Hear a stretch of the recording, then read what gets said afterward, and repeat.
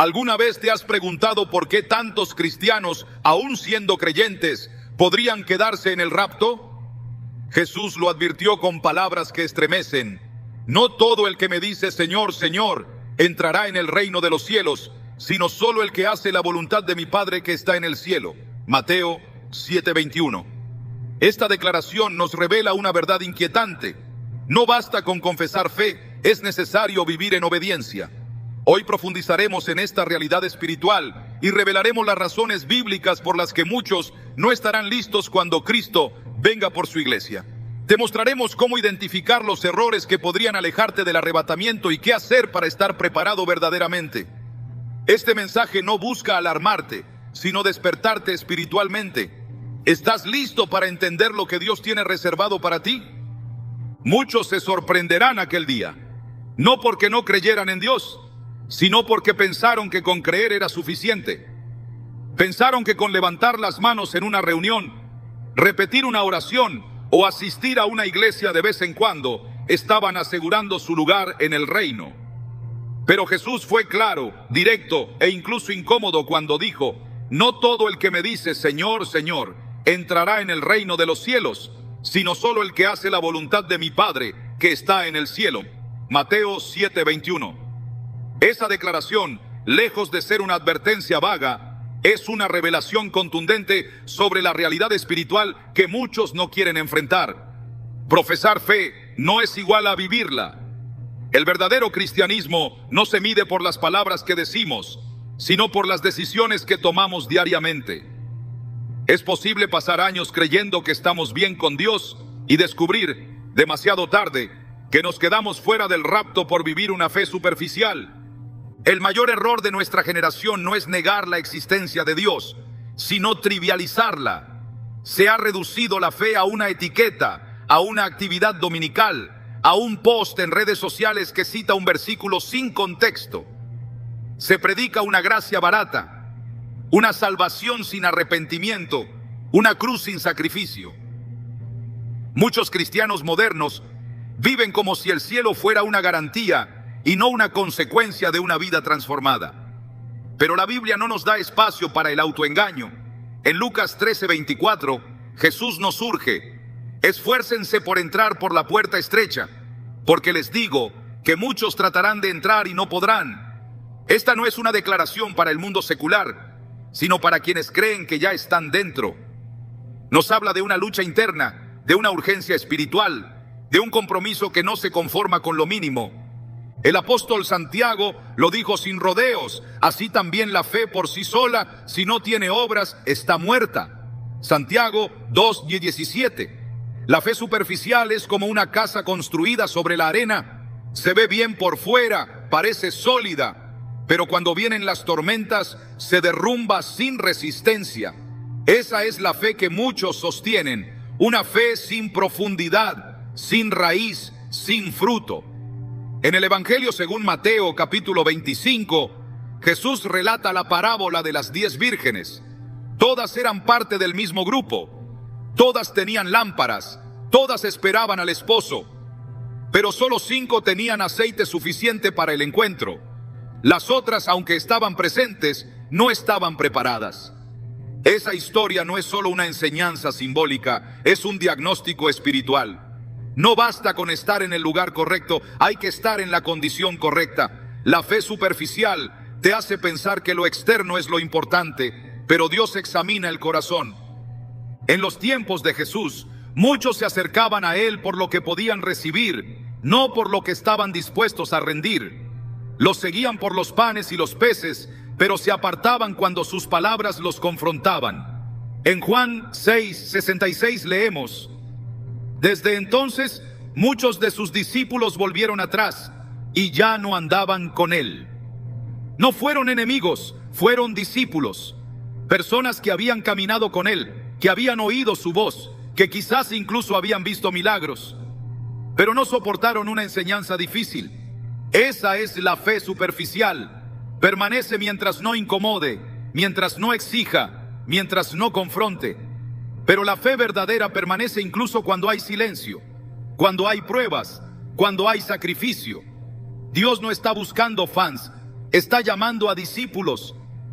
Y el camino del discipulado es angosto, cuesta arriba y lleno de renuncias, pero es el único que conduce a la vida eterna.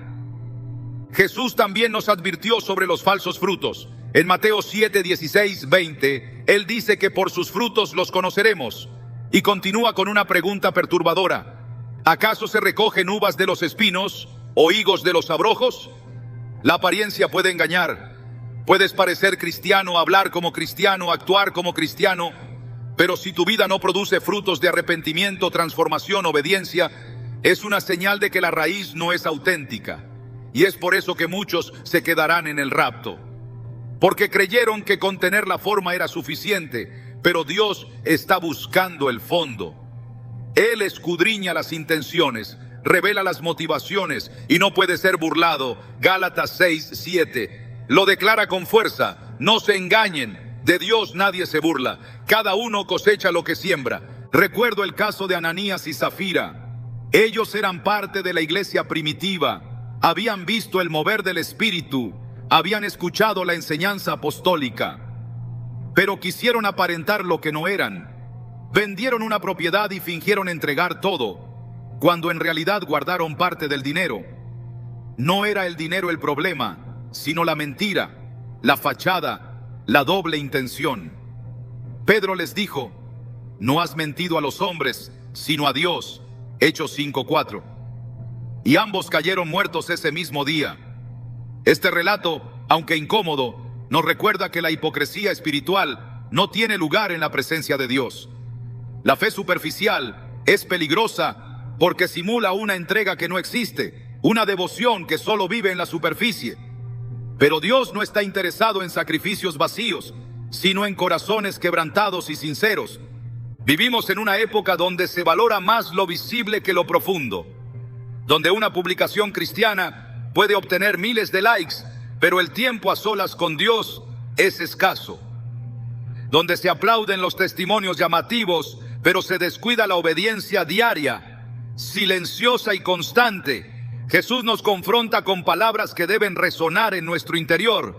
¿Por qué me llaman Señor, Señor, y no hacen lo que les digo? Lucas 6:46. El verdadero señorío de Cristo no se demuestra con palabras, sino con acciones. No se trata de cuántas veces lo mencionamos, sino de cuántas veces nos rendimos a su voluntad. La fe superficial quiere a Cristo como Salvador, pero no como Señor. Quiere el cielo, pero no la cruz. Quiere promesas, pero no procesos. Quiere milagros, pero no compromiso. El apóstol Pablo advirtió que en los últimos tiempos muchos tendrían apariencia de piedad, pero negarán la eficacia de ella. 2 Timoteo 3:5. Esa frase describe perfectamente la fe superficial. Luce espiritual, habla de Dios, se emociona con alabanzas, pero no tiene poder transformador, porque no se ha rendido, no ha muerto al yo, no ha nacido de nuevo. Y sin nuevo nacimiento, nadie verá el reino. Jesús fue contundente en Juan 3:3. De cierto te digo, que el que no naciere de nuevo, no puede ver el reino de Dios. No hay atajos, no hay medias tintas. O estás dentro o estás fuera. Y el nuevo nacimiento no es una emoción momentánea, es una revolución interna que afecta cada aspecto de tu vida. El rapto no será selectivo por afinidades, será determinado por santidad. No se trata de si tienes una Biblia en casa, sino de si la vives. No es cuestión de cuántas veces dijiste amén, sino de cuántas veces obedeciste aunque doliera. La fe superficial habla mucho, pero vive poco. Se acomoda a la cultura, negocia principios, justifica el pecado. Pero Dios no cambia con el tiempo, y su palabra sigue siendo la misma. En Hebreos 12:14 se nos dice: busquen la paz con todos y la santidad, sin la cual nadie verá al Señor. Esa santidad no es opcional, es esencial, y no nace de rituales, sino de una relación viva con Cristo. El enemigo ha sembrado una mentira muy eficaz: hacer creer a muchos que están seguros cuando en realidad están perdidos. Es una estrategia sutil porque no provoca alarma. La persona cree que está bien, que todo está en orden, que el cielo le espera, y nunca se da cuenta de que su vida está vacía de Dios. Como los fariseos que Jesús confrontaba, que conocían la ley, oraban en público, ayunaban, pero por dentro estaban llenos de muerte. En Mateo 23:27, Jesús les dice: «Ay de ustedes, escribas y fariseos hipócritas, porque son como sepulcros blanqueados, que por fuera se muestran hermosos, pero por dentro están llenos de huesos de muertos y de toda inmundicia». Esa es la realidad de la fe superficial. Limpia lo externo, pero deja intacto el corazón. Hoy más que nunca necesitamos una fe auténtica, profunda, arraigada en Cristo. Una fe que no solo se declara, sino que se vive. Una fe que transforma, que incomoda, que santifica. Porque solo esa fe resistirá el día de la prueba. Solo esa fe será hallada digna cuando suene la trompeta. En 1 Tesalonicenses 4:16-17 se describe ese momento glorioso. El Señor mismo descenderá del cielo con voz de mando, y los muertos en Cristo resucitarán primero. Luego nosotros, los que estemos vivos y permanezcamos, seremos arrebatados juntamente con ellos. Pero ese nosotros no es cualquier multitud, es el remanente fiel, el que no se conformó con lo superficial, el que pagó el precio de la santidad, el que vivió cada día como si fuera el último. Tal vez nunca robaste, ni asesinaste, ni cometiste grandes escándalos. Tal vez tu vida ha sido moralmente correcta. Pero si tu corazón no está rendido completamente a Cristo, si vives una fe a medias, si te acomodas al mundo mientras llevas el nombre de cristiano, podrías quedarte. No porque Dios sea injusto, sino porque no estuviste listo. Porque confundiste religión con relación. Porque te acostumbraste a vivir sin la presencia del Espíritu.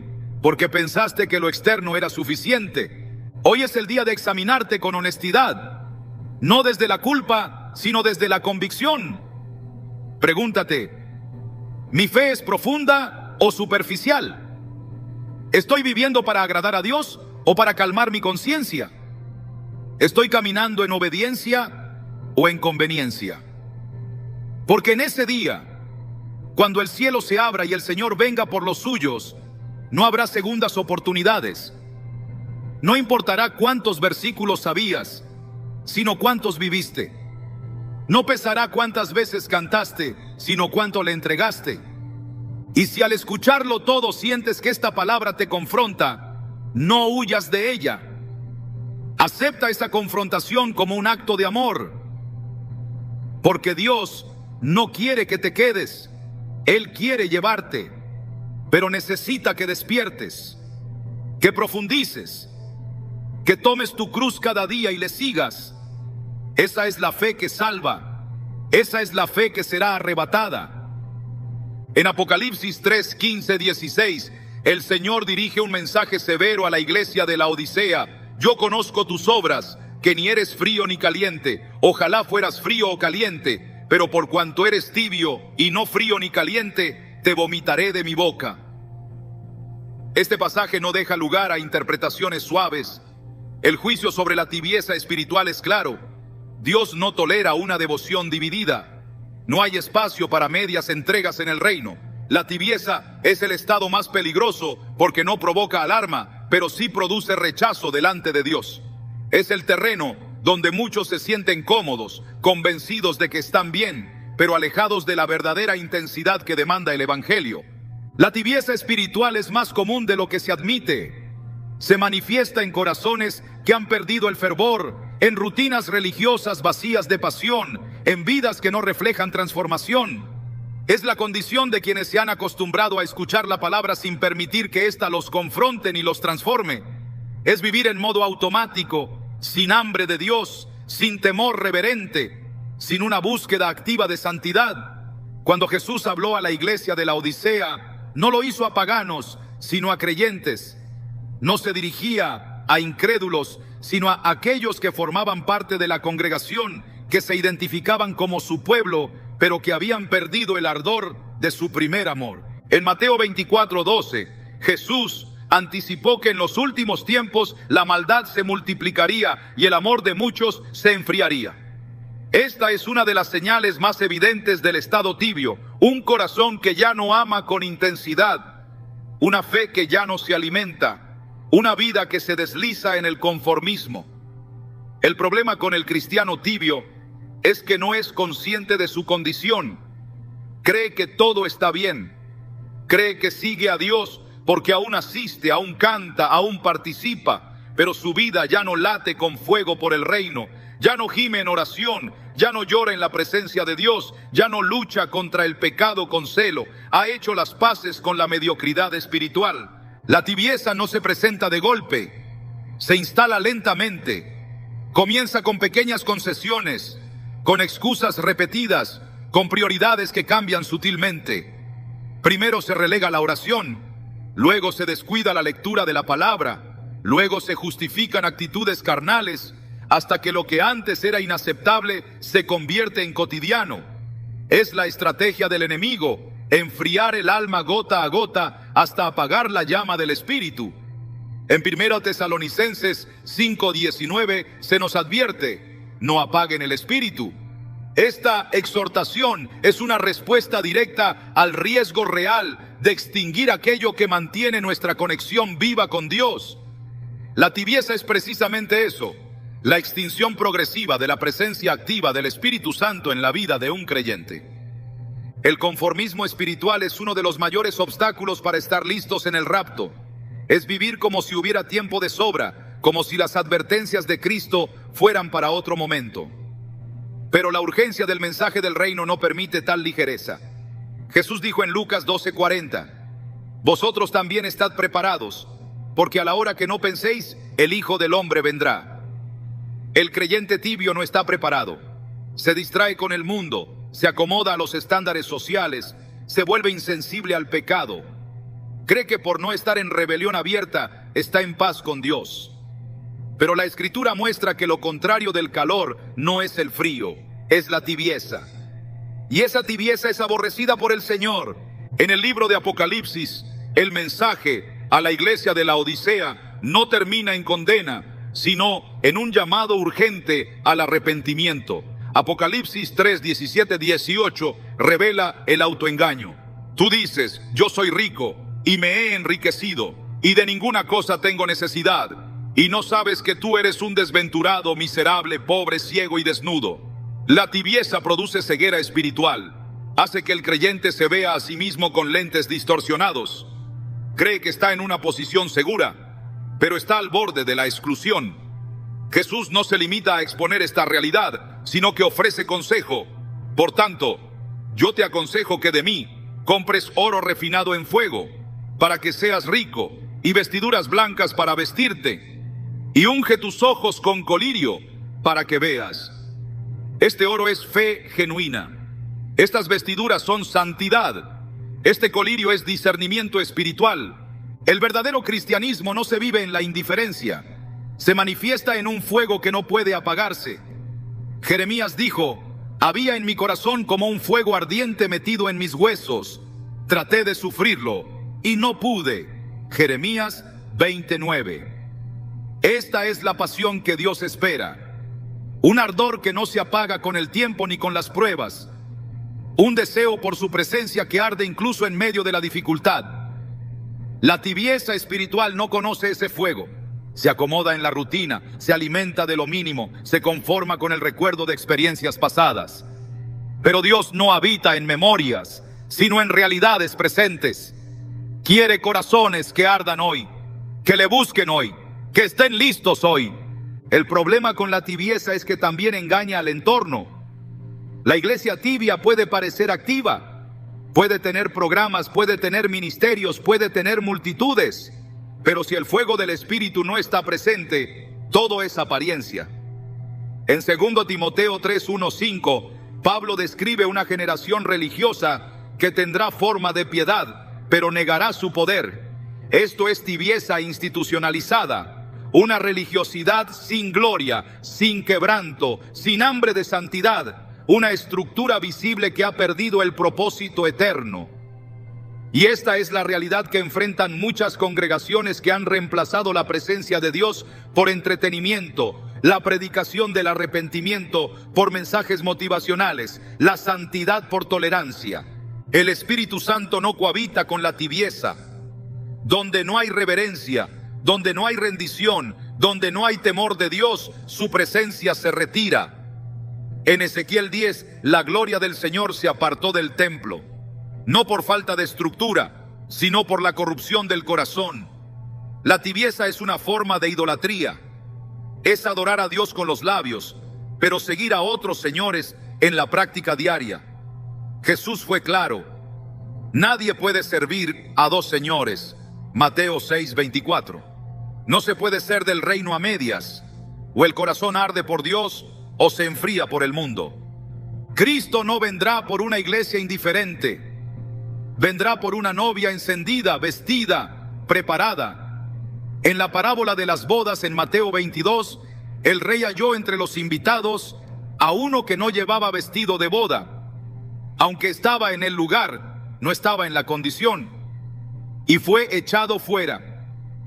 Esta parábola es una advertencia para los que asisten, pero no se revisten, para los que escuchan, pero no obedecen, para los que dicen amar a Dios, pero no lo honran con su vida.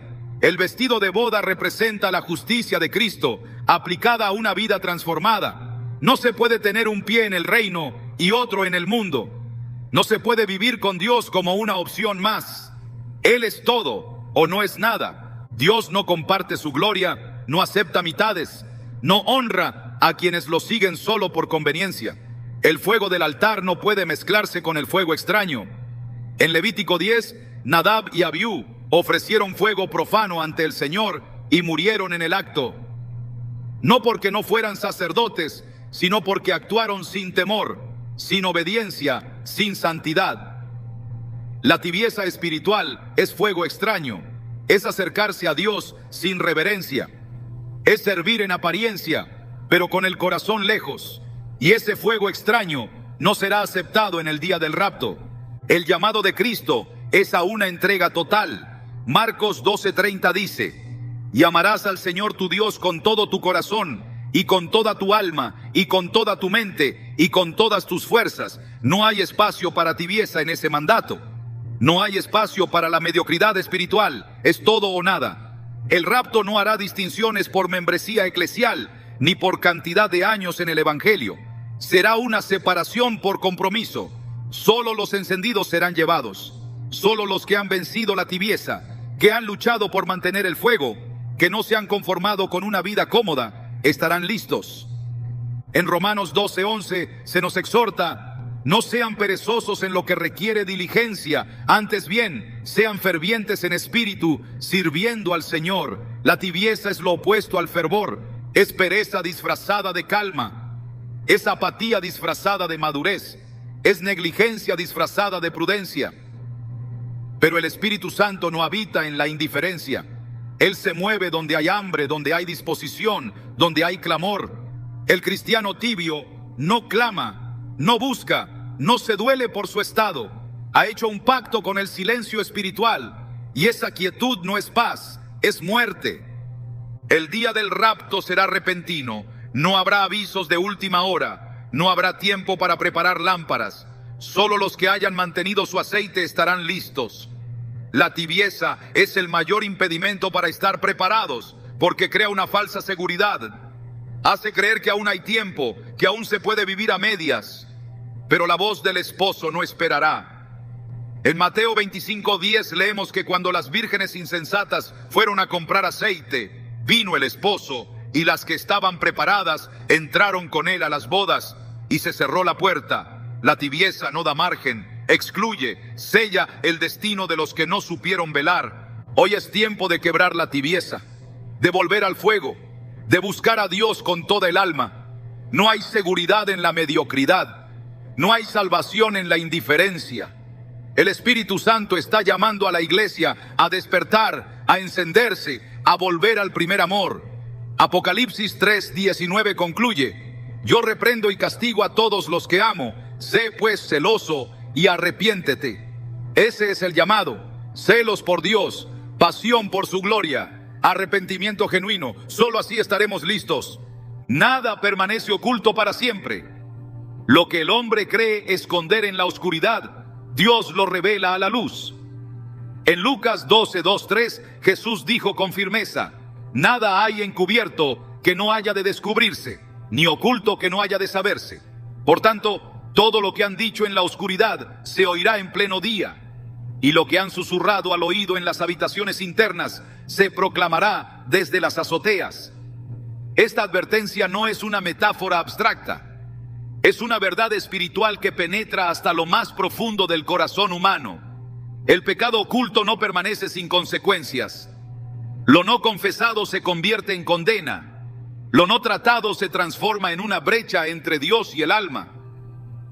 El problema del pecado oculto no radica únicamente en el acto cometido, sino en la hipocresía que lo sostiene. El corazón dividido pretende acercarse a Dios mientras retiene con fuerza aquello que sabe que debe abandonar. En Isaías 29:13, el Señor denuncia esta dualidad. Este pueblo se acerca a mí con su boca y con sus labios me honra, pero su corazón está lejos de mí. Esta separación entre lo externo y lo interno es la esencia de la vida doble. Se canta, se predica, se ora, pero todo desde un lugar que no está verdaderamente rendido. El cristiano que vive así se convierte en un actor sobre el escenario de la fe, pero su alma permanece distante del fuego purificador de la santidad.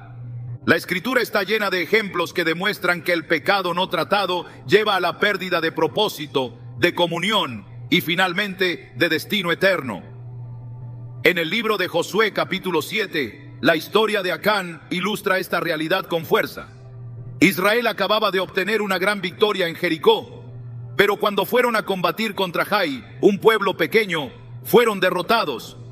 La razón no estaba en la fuerza del enemigo, sino en el pecado oculto en medio del campamento. Acán había tomado para sí lo que Dios había prohibido. Había escondido el botín bajo su tienda, pensando que nadie lo sabría. Pero el ojo de Dios todo lo ve. Josué clamó, el pueblo fue examinado, y finalmente Acán fue descubierto. Su pecado trajo juicio, no solo sobre él, sino sobre toda la congregación. Así de severas son las consecuencias del pecado oculto. En Proverbios 28:13 se establece un principio inquebrantable. El que encubre sus pecados no prosperará, mas el que los confiesa y se aparta alcanzará misericordia. La falta de confesión no solo impide el perdón, sino que bloquea la gracia. Es vivir con una carga constante, una barrera invisible pero real entre el alma y el Creador. La vida doble no es sostenible. Es un terreno de inestabilidad espiritual que tarde o temprano colapsa. El creyente que sostiene una imagen de santidad mientras cultiva el pecado en secreto, se engaña a sí mismo y se expone al juicio. En Gálatas 6:7, el apóstol Pablo lo advierte con claridad: no os engañéis, Dios no puede ser burlado, pues todo lo que el hombre sembrare, eso también segará. El rapto será un momento de separación, no de discursos, sino de realidades, no de apariencias, sino de integridad. El Señor vendrá por una iglesia sin mancha ni arruga. No se refiere a una perfección humana, sino a una disposición de vida santificada. El pecado oculto impide esa condición. Una vida doble niega esa preparación. En Mateo 24:44, Jesús exhorta: por tanto, también vosotros estad preparados, porque el Hijo del Hombre vendrá a la hora que no pensáis. No hay tiempo para arreglos de última hora. El secreto no confesado es una carga que pesará demasiado cuando suene la trompeta. No podrá ocultarse más. Y entonces, lo que no fue confesado será juzgado. En la vida cristiana no hay espacio para la duplicidad. En Mateo 6:22-23, Jesús dijo: la lámpara del cuerpo es el ojo. Así que si tu ojo es bueno, todo tu cuerpo estará lleno de luz. Pero si tu ojo es maligno, todo tu cuerpo estará en tinieblas. No se puede mirar al cielo mientras los pies están en el lodo. No se puede vivir para Cristo con una mano en el altar y otra en el pecado. La integridad espiritual exige una entrega completa. No basta con querer ser parte del reino, hay que renunciar a todo aquello que nos separa de él. El apóstol Pedro en su primera carta, capítulo 1, versículo 15, escribe: como aquel que os llamó es santo, sed también vosotros santos en toda vuestra manera de vivir. La santidad no es un estado opcional para unos pocos consagrados, es el estándar mínimo para todo aquel que espera al Señor. El pecado oculto destruye esa santidad desde dentro. Como una enfermedad que avanza en silencio, va debilitando el discernimiento, erosionando la sensibilidad espiritual, hasta que el alma ya no responde al llamado del Espíritu. Y cuando llega a ese punto, el creyente ya no siente culpa, sino costumbre. Ya no se duele, sino que justifica. Ya no se quebranta, sino que se acomoda. En Hebreos 4:13 leemos: y no hay cosa creada que no sea manifiesta en su presencia. Antes bien, todas las cosas están desnudas y abiertas a los ojos de aquel a quien tenemos que dar cuenta. El juicio de Dios no se basa en lo que los hombres ven, sino en lo que Él conoce. Nada puede esconderse de su mirada, ningún pensamiento, ninguna intención, ninguna acción. La vida doble puede engañar a los hombres, pero no puede resistir el escrutinio del Santo. Y esa es la realidad que muchos ignoran. Viven como si lo privado no tuviera consecuencias eternas, pero el cielo no se abre a los que viven en tinieblas. La puerta se cierra para aquellos que nunca permitieron que la luz expusiera su pecado. El llamado de Dios no es a la perfección humana, sino a la honestidad espiritual. En Salmos 32:5, el salmista declara: mi pecado te declaré, y no encubrí mi iniquidad. Dije, confesaré mis transgresiones a Jehová, y tú perdonaste la maldad de mi pecado. Esta confesión no es una formalidad, es un acto de rendición total. Es la clave para romper el ciclo de la vida doble. Es la única vía hacia la restauración. Porque mientras el pecado permanezca escondido, el alma no puede ser libre. Y sin libertad no hay comunión. Y sin comunión no hay preparación para el encuentro con el Señor. La historia de Judas Iscariote es uno de los ejemplos más trágicos de una vida doble. Caminó con Jesús, escuchó su voz, fue testigo de su poder, pero su corazón estaba dividido. Mientras los demás lo llamaban maestro, él ya había hecho un pacto con la traición. En Mateo 26, 14, 16 se relata cómo buscó la oportunidad para entregarlo. Y aunque comió en la misma mesa, y aunque recibió el pan de manos del Señor, su alma ya estaba vendida. No fue su error lo que lo condenó, sino su falta de arrepentimiento. El pecado oculto que nunca fue expuesto se convirtió en su ruina.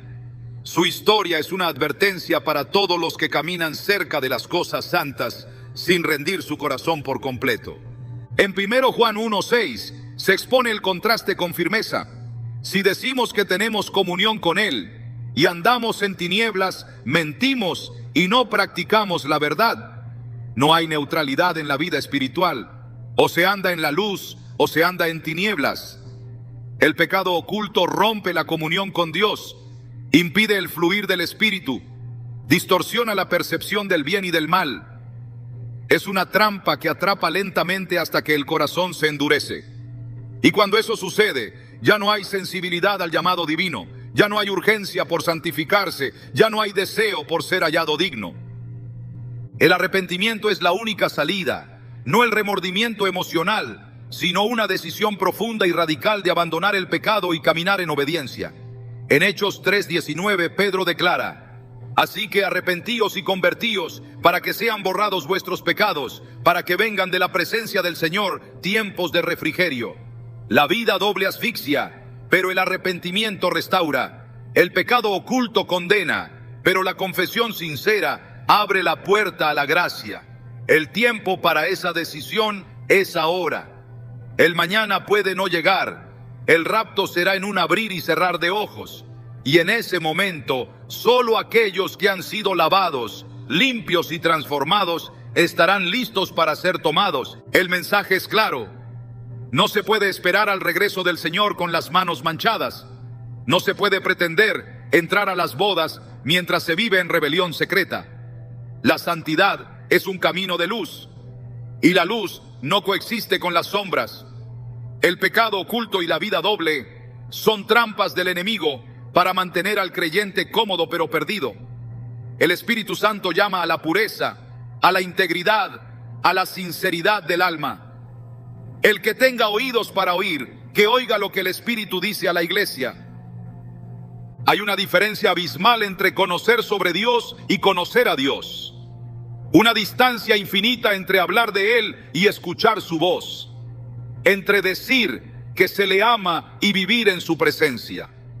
La mayoría de los cristianos no se quedarán en el rapto por desconocer doctrinas, sino por haber descuidado su relación con aquel que da vida. La intimidad con Dios no es un lujo reservado para unos cuantos. Es el fundamento que separa al verdadero discípulo del espectador religioso. Es esa conexión continua, secreta, real, que no se muestra necesariamente en público, pero que define por completo quién eres delante de Dios. Jesús lo ilustró con una de las parábolas más solemnes del Evangelio. En Mateo 25 habla de 10 vírgenes que tomaron sus lámparas y salieron a recibir al esposo. Todas eran parte del grupo, todas sabían que el esposo vendría, todas estaban esperando. Pero la diferencia crucial radicaba en algo invisible: el aceite. 5 de ellas tenían suficiente aceite en sus lámparas, 5 no. Y cuando el esposo llegó, solo aquellas que estaban listas pudieron entrar. Las otras llegaron tarde, tocaron la puerta, suplicaron, pero la respuesta fue definitiva: no os conozco. No les dijo que no creían, no les reprochó por no haber estado cerca, les reveló la raíz del problema. No había relación. El aceite en esta parábola no es un detalle estético. Representa la presencia continua del Espíritu Santo en la vida del creyente. Es aquello que solo se adquiere a través de comunión diaria, oración profunda, obediencia constante. No se compra en un instante, no se improvisa cuando ya es tarde. El aceite no se transfiere de uno a otro. No puede prestarse, no puede simularse. Es la evidencia de una relación cultivada en secreto, lejos del bullicio, lejos del espectáculo. Una relación construida con cada renuncia, cada búsqueda, cada vez que el alma se rinde a Dios en lo íntimo. El Espíritu Santo no es una fuerza simbólica ni una doctrina para ser memorizada. Es una persona, es Dios en nosotros. En Romanos 8:14 se establece una verdad esencial. Porque todos los que son guiados por el Espíritu de Dios, estos son hijos de Dios. La marca de los verdaderos hijos no es la religiosidad visible, sino la guía interna. Ser guiado por el Espíritu implica escuchar, obedecer, rendirse. Implica estar conectado a su voz y permitir que su voluntad se imponga sobre la propia. Quienes no viven bajo esta guía corren el riesgo de caminar en dirección contraria al propósito de Dios, aun cuando estén convencidos de que van por el camino correcto. En Juan 15, Jesús se presenta como la vid verdadera. Nos recuerda que separados de Él nada podemos hacer. El que permanece en Él lleva fruto, pero el que no es cortado y echado fuera. Permanecer no es visitar, no es conectarse esporádicamente. Es habitar, vivir, respirar su presencia. Esa permanencia se construye en lo secreto. La intimidad con Dios no se refleja solo en lo que se hace, sino en lo que se es. No se mide en actividades, sino en dependencia. No se evidencia en los dones, sino en el fruto. Y el fruto es la señal inconfundible de una vida arraigada en Cristo. Una de las tragedias más grandes del mundo espiritual es suponer que la actividad externa es igual a la cercanía con Dios. En Mateo 7:22-23, Jesús describe a personas que profetizaron, expulsaron demonios e hicieron milagros en su nombre. Pero Él les responde: nunca os conocí, apartaos de mí, hacedores de maldad. La respuesta no se basa en la cantidad de obras, sino en la falta de relación. Nunca hubo comunión, nunca hubo intimidad. No basta con obrar para Dios, es necesario vivir con Él, andar en Él, depender de Él. La ausencia del Espíritu Santo en una vida activa puede producir impacto, pero jamás salvará un alma en el día de la separación. El Espíritu no habita donde no hay santidad. Él no comparte su morada con el pecado. No se manifiesta donde el corazón está dividido. En Efesios 4:30 se nos exhorta: y no contristéis al Espíritu Santo de Dios, con el cual fuisteis sellados para el día de la redención. El creyente que ignora esta advertencia puede llegar a pensar que su sello está intacto, cuando en realidad su vida está desconectada. Contristar al Espíritu no es un acto puntual, sino una actitud persistente de indiferencia, rebeldía y orgullo espiritual. Y el peligro de esta actitud no es solo la pérdida de poder, sino la pérdida de sensibilidad. El alma que no escucha al Espíritu pronto deja de discernir su ausencia. La intimidad con Dios no se improvisa cuando llega el día de la prueba. No puede construirse apresuradamente cuando el esposo ya está en camino. En Cantar de los Cantares 5, la amada escuchó al amado llamar a la puerta, pero no se apresuró a abrir. Cuando finalmente se levantó, ya no estaba. La presencia se había ido. El tiempo había pasado. Así será en el día del rapto. Muchos reconocerán la voz, pero no estarán listos para responder. Habrán perdido la sensibilidad, la prontitud, la conexión, porque descuidaron la relación que debió haber sido su prioridad. En Apocalipsis 2, el Señor se dirige a la iglesia de Éfeso con un diagnóstico inquietante. Reconoce su esfuerzo, su doctrina, su perseverancia, pero le dice: tengo contra ti que has dejado tu primer amor. No se refiere a una emoción, sino a una devoción, a una entrega apasionada, total, exclusiva. Esa falta de primer amor es lo que enfría la búsqueda, apaga el fuego, mata la comunión. Y sin ese fuego no hay preparación, sin ese amor no hay aceite, sin esa intimidad no hay rapto. El Espíritu Santo busca corazones dispuestos, no perfectos, sino hambrientos, no irreprochables, sino sinceros. En Salmo 51:17 se nos recuerda: los sacrificios de Dios son el espíritu quebrantado. Al corazón contrito y humillado no despreciarás tú, oh Dios. Esa es la actitud que permite el fluir del Espíritu, no la autosuficiencia, no la fachada religiosa, sino la humildad profunda de quien reconoce su necesidad de Él. Ese es el corazón que será lleno. Esa es la vida que estará lista. El creyente que vive sin la presencia activa del Espíritu se convierte en presa fácil del engaño. Puede ser doctrinalmente correcto, pero espiritualmente seco. Puede parecer firme, pero estar vacío. En 2 Timoteo 3:5 se nos advierte de aquellos que tendrán apariencia de piedad, pero negarán la eficacia de ella. La piedad sin presencia es una carcasa hueca. No transforma, no salva, no sustenta en el día malo. Y cuando venga el esposo, no abrirá la puerta a quienes jugaron con su nombre, pero ignoraron su voz. El Espíritu habla, guía, confronta, redarguye, consuela, capacita, pero todo eso ocurre en el contexto de la relación. No se puede experimentar el poder de Dios sin caminar con Él. No se puede discernir su voluntad sin escucharlo diariamente. En Romanos 8:26-27, Pablo revela cómo el Espíritu intercede por nosotros con gemidos indecibles. Eso no ocurre en la distancia. Esa intercesión es el resultado de una conexión profunda, íntima, constante. Donde hay comunión, hay dirección. Donde hay dirección, hay obediencia. Y donde hay obediencia, hay preparación. Cristo viene por una iglesia encendida, no por una iglesia informada, no por una iglesia activa, sino por una iglesia llena del Espíritu. El aceite no es un símbolo antiguo, es una necesidad presente. Es la diferencia entre ser parte del grupo y ser parte del reino, entre esperar con lámpara y entrar con el esposo. La falta de intimidad con Dios será una de las principales razones por las que muchos se quedarán. No porque no supieran que Él vendría, sino porque nunca caminaron con Él mientras aún había tiempo.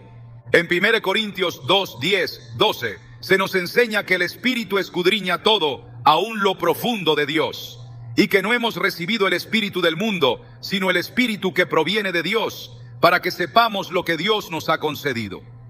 Esa revelación solo es posible para quienes están alineados, para quienes han hecho de la comunión una prioridad, para quienes no se conforman con conocer sobre Dios, sino que anhelan ser conocidos por Él. Esa es la iglesia que será tomada. Esa es la vida que será arrebatada.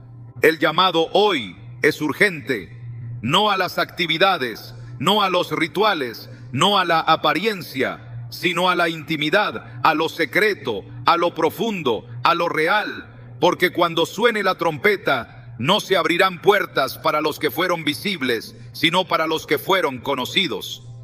Y ser conocido por Dios no depende de cuánto hiciste por Él, sino de cuánto estuviste con Él. La invitación ha sido extendida, pero muchos la han ignorado. El llamado de Dios no ha cesado, su voz sigue hablando con claridad, pero son pocos los que responden con seriedad. En Mateo 22, Jesús narra la parábola de un rey que preparó un banquete de bodas para su hijo. Envió a llamar a los invitados, pero no quisieron venir. Volvió a enviar otros siervos con el mismo mensaje: todo está preparado, venid a las bodas. Sin embargo, algunos no hicieron caso y se fueron, uno a su labranza y otro a sus negocios. Otros incluso tomaron a los siervos, los maltrataron y los mataron. El resultado fue trágico. La puerta se cerró para ellos y el rey dijo con dolor: los convidados no eran dignos. Esta parábola no es un simple relato moral. Es una advertencia directa a todos los que han escuchado el Evangelio. Han sido llamados, han recibido la invitación, pero han respondido con indiferencia. El banquete representa el reino de Dios, la boda del Cordero, la consumación gloriosa del propósito eterno. Y el rechazo no fue por ignorancia, sino por descuido, por una vida distraída, ocupada en lo temporal, insensible a lo eterno. La mayoría de los cristianos que se quedarán en el rapto no serán rebeldes declarados, sino personas que postergaron el llamado, que despreciaron el tiempo de la visitación divina, que vivieron como si tuvieran todo el tiempo del mundo. En Hebreos 3:15 se repite una exhortación clave: si oyeréis hoy su voz, no endurezcáis vuestros corazones. No dice mañana, no dice después, hoy. Porque cada vez que se ignora la voz de Dios, el corazón se endurece un poco más. Cada aplazamiento es una oportunidad perdida. Cada indiferencia una señal de que la sensibilidad espiritual se está extinguiendo. El llamado de Dios exige una respuesta inmediata, radical, rendida. No se puede responder a medias, no se puede dejar para más adelante. El que posterga su entrega pone en riesgo su eternidad. En Lucas 14, otra parábola presenta a un hombre que dio una gran cena e invitó a muchos. Pero todos comenzaron a excusarse. Uno había comprado una hacienda, otro 5 yuntas de bueyes, otro se había casado. Las razones eran variadas, pero el resultado fue el mismo. Ninguno de esos hombres gustó de la cena. El patrón es claro: el llamado fue rechazado por cuestiones que, aunque legítimas en lo natural, ocuparon el lugar que solo Dios debía tener. El problema no era el trabajo, ni el compromiso, ni las responsabilidades. Era que lo urgente desplazó lo eterno, lo inmediato apagó lo divino, y cuando se intentó responder, ya era demasiado tarde. El rapto no vendrá con advertencias humanas, no será anunciado por medios, ni marcado por cronogramas. Será como ladrón en la noche, inesperado, ineludible. En 1 Tesalonicenses 5, 2, 3, Pablo advierte: vosotros sabéis perfectamente que el día del Señor vendrá así como ladrón en la noche, que cuando digan paz y seguridad, entonces vendrá sobre ellos destrucción repentina. La indiferencia espiritual se alimenta de esa falsa sensación de seguridad. Muchos viven creyendo que tienen tiempo, que el juicio es lejano, que la preparación puede esperar. Pero cuando llegue ese día, no habrá espacio para reaccionar. Solo quedará lo que fue sembrado, lo que fue cultivado, lo que fue entregado verdaderamente. En Apocalipsis 3:20 Jesús dice: he aquí, yo estoy a la puerta y llamo. Esa imagen no es para el inconverso, es para la iglesia. Él está llamando a los suyos esperando una respuesta. Pero la puerta no estará abierta para siempre. El tiempo de gracia no será indefinido. La urgencia del llamado es real. Cada segundo cuenta. Cada decisión es crucial. Y cada excusa que pospone la obediencia es una brecha más que separa al alma de la voluntad de Dios. La historia de Israel en el desierto ilustra esta dinámica con claridad. A pesar de haber visto milagros, de haber recibido palabra directa de Dios, muchos endurecieron su corazón. En Números 14, cuando el pueblo rechazó entrar a la tierra prometida por miedo y rebeldía, Dios decretó que no entrarían. Intentaron después subir por su cuenta, pero Moisés les advirtió: no subáis, porque Jehová no está en medio de vosotros. Aún así, lo hicieron y fueron derrotados, porque el tiempo del llamado había pasado. El momento de obedecer no puede ser reemplazado por una respuesta tardía. El favor no obedece a la iniciativa humana, sino a la obediencia en el tiempo de Dios. Jesús lloró sobre Jerusalén porque no conoció el tiempo de su visitación. En Lucas 19:44, profetiza la destrucción que vendría sobre la ciudad y dice: por cuanto no conociste el tiempo de tu visitación. No fue la ignorancia la que los condenó, sino la indiferencia. El llamado fue claro, las señales evidentes, pero no respondieron.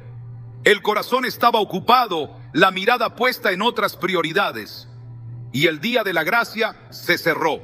Esa misma ceguera espiritual es la que afecta a muchos hoy. Se predica, se exhorta, se clama, pero la respuesta es débil, tardía o inexistente. En Proverbios 1:24-28, Dios habla con dolor: por cuanto llamé y no quisisteis oír, también yo me reiré en vuestra calamidad. Entonces me llamarán y no responderé, me buscarán de mañana y no me hallarán. Estas palabras reflejan el peso del llamado ignorado. No se trata de un castigo caprichoso, sino del resultado inevitable de una decisión repetida. La indiferencia tiene consecuencias eternas.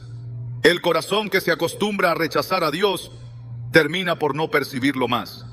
Y cuando finalmente desea buscarlo, ya no puede hallarlo.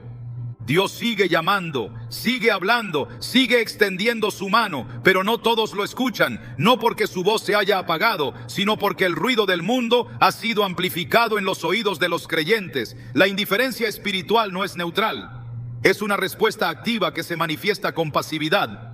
Es rechazar a Dios sin palabras, simplemente ignorándolo en el día a día. Pero cuando Cristo venga por su iglesia, solo aquellos que respondieron con prontitud, con fuego, con urgencia, estarán listos para ser llevados. Muchos desean el cielo, pero no quieren soltar la tierra. El corazón dividido se aferra a lo temporal, mientras sueña con lo eterno. Y esa contradicción impide que el alma sea arrebatada. Jesús fue claro en su advertencia: ninguno que poniendo su mano en el arado mira hacia atrás es apto para el reino de Dios. Lucas 9:62. Mirar atrás no es una simple nostalgia, es una expresión del corazón que aún no ha renunciado por completo al mundo. Es esa atracción persistente por lo que se debería haber dejado atrás. Es vivir entre dos lealtades: el llamado de Cristo y los placeres pasajeros de esta vida. El rapto no será para los indecisos, será para los que han aprendido a soltar, para los que han elegido el camino estrecho, sabiendo que la puerta ancha es más popular, pero no conduce a la vida. El apego al mundo tiene muchas formas: ambición, orgullo, deseos carnales, comodidad, necesidad de aprobación. Pero todos son la misma raíz: el alma que no ha sido crucificada. En Gálatas 6:14, el apóstol Pablo declara: pero lejos esté de mí gloriarme, sino en la cruz de nuestro Señor Jesucristo, por quien el mundo me es crucificado a mí, y yo al mundo. Esa es la postura de los que estarán listos. No hay espacio para medias entregas, ni para afectos compartidos. Lot vivía en Sodoma. Aunque era justo, su corazón estaba expuesto a una cultura corrupta. Cuando llegó el momento de salir, el ángel le urgió: escapa por tu vida, no mires tras ti. Génesis 19:17. Pero su esposa desobedeció, miró atrás, y en ese instante su destino cambió para siempre. No se menciona que regresara físicamente, pero su mirada reveló lo que aún dominaba su corazón. No basta con salir de Sodoma, Sodoma debe salir del alma. Esa mirada fue suficiente para detenerla. Así también muchos se quedarán porque nunca se despojaron por completo de lo que Dios les pidió soltar. El rapto es para los que corren sin mirar atrás, para los que ya han muerto al mundo antes de que el cielo se abra. En 1 Juan 2, 15, 17, la exhortación es directa. No améis al mundo, ni las cosas que están en el mundo, porque el mundo pasa y sus deseos, pero el que hace la voluntad de Dios permanece para siempre. El amor por el mundo y la fidelidad a Dios son mutuamente excluyentes, no pueden coexistir. Un corazón atado a lo material, a las pasiones, al reconocimiento, a las comodidades, es un corazón que no está listo. Y no basta con una apariencia de espiritualidad. Lo que pesa en el día del rapto es la verdadera condición interna. Aquello que solo Dios ve, aquello que revela si el alma pertenece a Él por completo. La esposa de Cristo será arrebatada porque lo anhela a Él más que a todo lo demás, porque su tesoro no está en la tierra sino en el cielo. Jesús dijo: donde esté vuestro tesoro, allí estará también vuestro corazón. Mateo 6:21. El tesoro no son las palabras, es la entrega, es lo que realmente mueve al alma. Si tu tesoro es Cristo, tu corazón estará listo. Si tu tesoro está aquí, estarás demasiado pesado para elevarte cuando suene la trompeta. Dios sigue buscando a los que se han vaciado del mundo para llenarse de su gloria, a los que han crucificado su carne, a los que han dejado todo por seguirle, porque el cielo no se alcanza por fuerza humana, sino por rendición total. Y ese desprendimiento será la marca de los que sean llevados, no por mérito, sino por haber elegido amar a Cristo por encima de todo. El rapto no será un evento para ser entendido con lógica humana. Será un acto soberano que separará con precisión divina lo genuino de lo falso, lo preparado de lo descuidado, lo rendido de lo indiferente. No bastará con haber escuchado las señales, no bastará con haber esperado el momento. Lo único que valdrá es haber sido transformado por completo por la gracia que hoy aún está disponible. Porque cuando suene la trompeta, no se reconocerá la membresía eclesiástica ni la trayectoria visible. Se reconocerá el sello del Espíritu. Se reconocerá la profundidad del amor. Se reconocerá el corazón alineado con el cielo. La mayoría de los cristianos se quedarán no por falta de información, sino por haber subestimado el precio de la preparación. Conocieron la verdad, pero no la vivieron. Esperaron el regreso de Cristo, pero sin velar. Hablaron del reino, pero sus afectos no fueron purificados. El día del rapto no será día de argumentos. No habrá lugar para explicaciones. Será el día en que la eternidad responda al clamor silencioso de los verdaderamente consagrados. Aquellos que vivieron por fe, no por apariencia.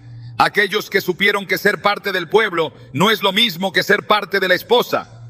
Lo que determinará quién será tomado no es cuánto hiciste, sino cuánto te rendiste. No cuánto aprendiste, sino cuánto obedeciste. No cuánto tiempo estuviste, sino cuánto fuiste transformado. Porque el rapto no es un premio por obras, sino el cumplimiento de una promesa hecha a quienes vivieron esperando y amando su venida. En 2 Timoteo 4:8, Pablo dice con convicción: por lo demás, me está guardada la corona de justicia, la cual me dará el Señor a todos los que aman su venida. Ese amor no es un sentimiento pasivo, es una urgencia que moldea cada decisión, cada pensamiento, cada entrega. El Señor viene por una generación que no solo ha sido instruida, sino activada por su palabra. Una generación que no necesita señales para creer, porque vive por la fe. Una iglesia que no duerme, que no se conforma, que no se calla. El rapto no será el escape de una iglesia débil, sino el levantamiento glorioso de una iglesia invencible, marcada por la presencia, vestida de gloria, expectante de su encuentro final.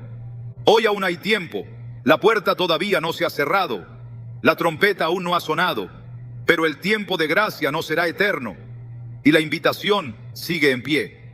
a soltar lo que estorba, a despertar del letargo, a vivir como si fuera el último día, porque muy pronto lo será, y cuando ese día llegue no habrá sombra de duda. Los que se hayan preparado serán llevados, y los que hayan dormido quedarán. Así de claro, así de definitivo, así de santo. ¿Estás listo? Porque el esposo ya está en camino.